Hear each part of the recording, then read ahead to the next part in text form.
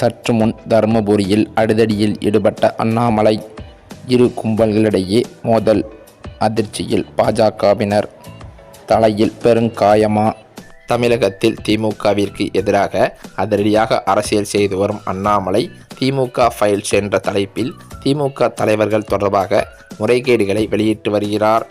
ஏற்கனவே திமுக தலைவர்களின் சொத்து மதிப்புகள் தொடர்பாக பட்டியலை வெளியிட்டிருந்தார்.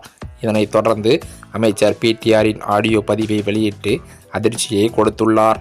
இதனை அடுத்து கடந்த வாரம் டிஆர் பாலு தமிழக உளவுத்துறை அதிகாரியோடு பேசிய ஆடியோவை வெளியிட்டிருந்தார்.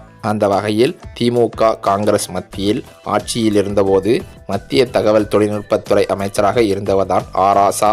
இவர் மீது 1,75,000 கோடி ஸ்பெக்ட்ரம் முறைகேடு செய்ததாக புகார்களும் எழுந்து வந்தன.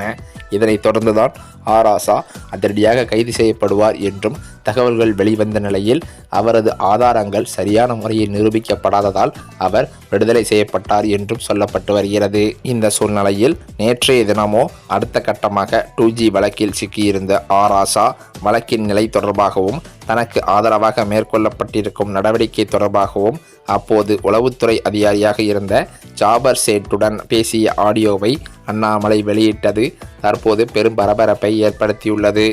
இந்த நிலையில் அந்த ஆடியோவானது ஆராசா பேசியது இல்லை என்றும் அவரது குரல் போலவே டப்பிங் யாரோ செய்திருக்கிறார்கள் என்றும் தற்போது நிரூபணம் செய்துள்ளதாகவும் தகவல்கள் வெளியாகி வருகின்றன. இந்த சூழ்நிலையில்தான் ஆராசா பேசிய வீடியோ என்று பாஜக மாநில தலைவர் அண்ணாமலை தற்போது வெளியிட்டிருந்த ஆடியோவால் அவர் பெருத்த அவமானத்திற்கு உள்ளானதாகவும் தகவல்கள் வெளியாகி வருகின்றன. இதனைத் தொடர்ந்து நேற்றைய தினம் பாஜகவினரிடையே இரு கும்பல்களுக்குள் பிரச்சனை ஏற்பட்டதாகவும் அண்ணாமலையிடம் நேரடியாக அடிதடியில் ஈடுபட்டதாகவும் தகவல்கள் வெளியாகியுள்ளது.